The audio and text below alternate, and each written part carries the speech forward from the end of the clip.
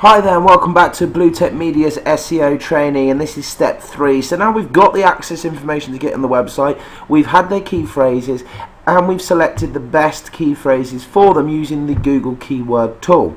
Okay, so now what we need to do is actually install the software onto the website. So what we're going to need to do is actually go back to our emails and go to the access information that they sent us. There you go, login details as requested. And then what we need to do is click here, because this is where their hosting control panel is. So click on the link that they sent you in the email. And then we need to type in the login details. And just log in. And now all hosting control panels are going to look different. So if you do have trouble finding where to install, then just simply email them and ask them if they have a one-click install of WordPress, and if so, where it is, because that's what we're going to do. So I'm just going to scan to their website, which is BBO Grants. And the process in here is going to be slightly different every time, but really what we're looking to do is install applications. So it'll either say install applications, it might say Fantastico, there might be a couple of things it's named under. So if you're having trouble finding it, you just need to email the hosting company. So in this case, the company is TSO Host, and find out their email address, send them an email saying, where in the control panel do I install WordPress? And they'll tell you exactly where to find it, because that's what we're going to do.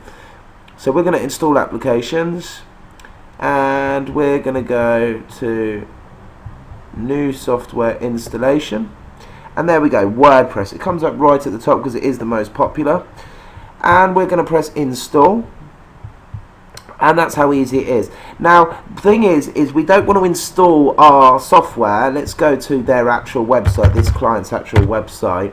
We don't want to install WordPress directly on their direct domain name, their web address, because that's going to actually wipe their entire website, so make sure you don't do that. Okay, what we need to do is actually put it in what's called a subdirectory.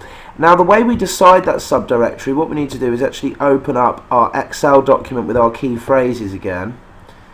So let's open up them, and here they are. Now what you need to do is choose the most common words within that. So we've got government grants, marketing grants, SEO grants, website grants, business startup grants.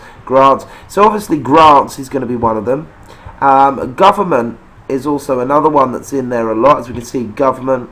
So we're just picking maybe 3 or 4 of the most common used words, and in order as well. So government's mainly at the beginning, so we would put that first.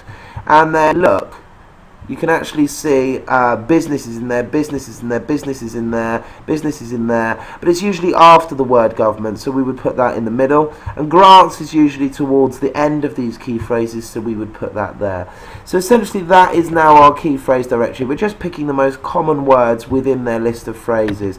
So you always separate the most common words with a hyphen, and then you'll just copy that, and then we paste it in after the /. So it's actually going to be / government - business - grants. Then we're going to click install. Now if we go to their website, essentially what that's going to do, it's going to install it in that directory. So / business government grants, and that's where it's going to install it. So we go down here, and we're just going to wait for that now to install. It may take sort of a couple of minutes, it usually doesn't take long. And sometimes they'll ask you to actually give it a username and password. Other times they'll provide you with one, and we'll change it when we're in there. If they ask you to provide it, just make sure you pick a username and password that you're going to remember.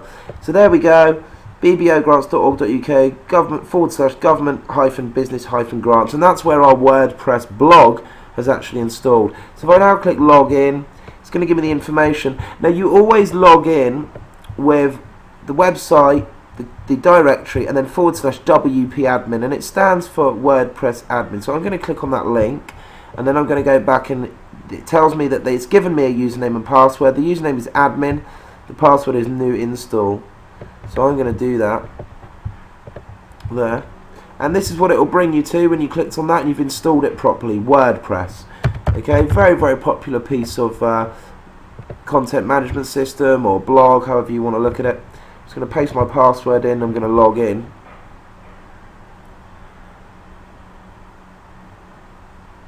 And there we go, I'm now on the dashboard of WordPress, and this is what it looks like. So let's take you through the steps now. Once we're in here, to change our username and password to something that we'll know, we go users, your profile. And then what I'm going to do is I'm just going to come down, and it says here new password. So I'm just going to type a new password in. I'm going to hit update profile. And that's going to set that. So now we've got WordPress installed in a subdirectory. So if I now go back to their main website and I typed that in, business-government-grants, because that was our key sensitive directory that we installed WordPress to, and I hit enter. Oh, probably spelt that wrong. Government business grants, sorry. Was what we chose, government business grants. Then that should take me to a blog which has been set up in a subdirectory after their main domain name.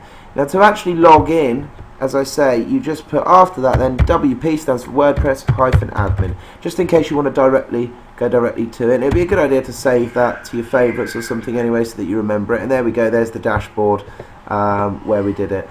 So there you go, that's step 3, and that's installing WordPress onto the subdirectory. Thank you very much.